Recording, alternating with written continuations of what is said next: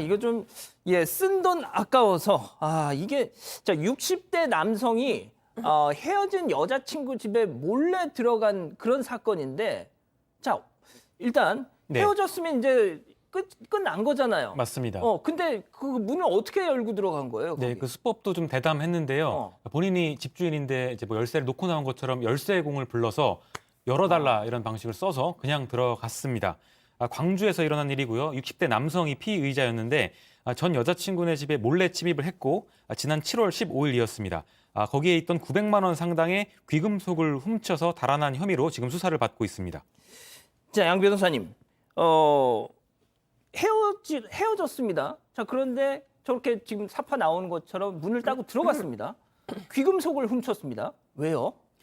지금 남성의 말로는 이렇게 얘기를 해요. 이 여성을 교제하는 동안에 썼던 비용을 돌려받질 못해서 그 귀금속을 훔쳤다라고 하는데 이 말 자체도 되게 어처구니가 없긴 하지만 사실 저 남성이 돈을 쓴 것 같지도 않아요. 왜냐하면 굉장히 뭐 사업가라는 식으로 그렇게 가장해서 여성을 사귀었다라고 하는데 실제로는 직장도 없고 경제력이 거의 없는 수준이어서 지난달에는 신용카드를 길거리에서 주운 걸로 자기 베개, 이불 이런 거 한 10만 원어치를 샀던 그런 것도 이번에 이제 드러났다고 하니까 사실 저에게도 그냥 핑계 아닌가 싶습니다. 그렇군요. 자, 일단 이 귀금속만, 그러니까 저렇게 대담하게 열쇠 수리공을 불러서 헤어진 전 연인의 집을 따고 들어갈 정도면 과연 귀금속 정도만 훔쳤을까라는 생각도 듭니다. 네, 그렇지 않죠. 네, 이렇게 이 집에 들어갔던 게 7월 15일인데 그 직전에 여성이 남성에게 결별을 통보했어요. 그때도 문제가 있었습니다. 그때 이 여성을 때렸습니다. 뭐 게다가 손가락을 이제 꺾기까지 했거든요. 아이고. 그래서 전치 5주의 치료가 필요한 피해를 입혔습니다.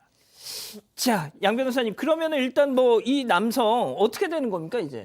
주거침입 철도를 저지른 것이고요. 900만 원치 귀금속에 대해서 또 그 여성에 대한 폭행과 손가락 꺾어 상처 입힌 본 폭행치상으로 해서 지난 25일 날 구속을 했습니다. 이 두 가지 혐의로 이 기소가 될 텐데 추가 범죄가 나올 가능성도 여전히 있다고 그러겠죠.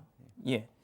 자, 저는 솔직히 이 사건 보면서 진짜 이 얘기를 하고 싶었는데요. 보통 우스갯소리로 남녀가 헤어지고 나면은 남는 거는 할부다 뭐 이런 얘기 있잖아요. 제가 한번 예전에 또 하기도 했었는데 양 변호사님 뭐 아니신 것처럼 그렇게 얘기해요. 아니 남는 건 할부라는 건 할부가 이게 일반화된 요즘 얘기고요. 예. 실제로 변호사 사무실 찾아와서 네. 썼던 돈 되돌려받을 가능성 없냐, 사기 같은 걸로 그러니까요. 고소하고 싶다 이런 상담들 생각보다 많이 합니다. 그러니까요. 그러니까 저번에 어떤 여성 연예인이 결혼을 약속했던 어떤 남자한테서 뭐 명품 시계, 백 뭐 이런 걸 받았다가 혼인을 전제로 했다가 그게 이제 무효가 되면서 그 남성으로부터 돌려달라 뭐 이런 얘기도 있었지 않습니까? 그런 일들이 있고 실제로 뭐 정말로 결혼할 것 정도가 됐었을 때는 이게 약혼을 전제로 한 예물이기 때문에 돌려달라는 소송 같은 것들이 가끔 벌어지기도 합니다. 그때 보면 둘이 분이 사귀었던 사람들이 맞나 싶을 정도로 정말 카페 영수증까지 이렇게 첨부해서 오는 사람들도 있습니다. 진짜. 자, 교수님, 그래서 말인데요. 보통 정말 저 피의자의 말이 맞다라고 치죠. 뭐 진짜 막 돈을 막 들여서 이렇게 했는데 헤어지게 됐다. 본전 생각이 나서 그걸 돌려받아. 그럼 돌려달라고 하면 될 거 아닙니까? 예?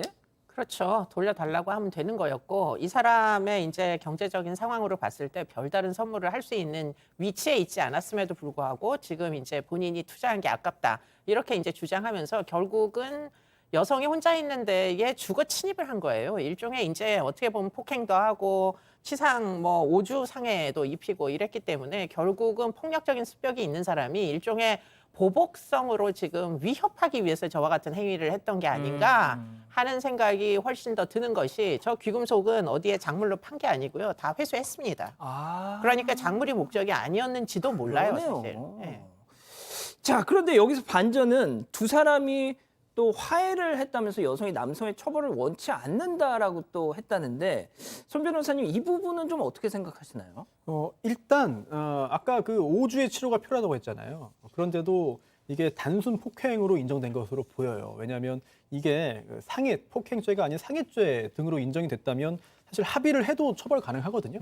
하지만 단순 폭행이나 단순 협박 같은 경우에는 반의사 불벌죄입니다. 즉, 예. 실제로 그런 범죄가 있었다 하더라도 피해자가 저는 처벌을 원치 않습니다라고 의사를 표시하면 법원이 처벌을 할 수 없어요. 그래서 이 경우에도 결국 화해가 이루어졌고 또 처벌을 원치 않는다고 했기 때문에 폭행죄 부분은 처벌 불가능한 것이고요. 다만 그 외의 부분은 합의 여부와 관계없이 처벌은 가능한 상황이죠.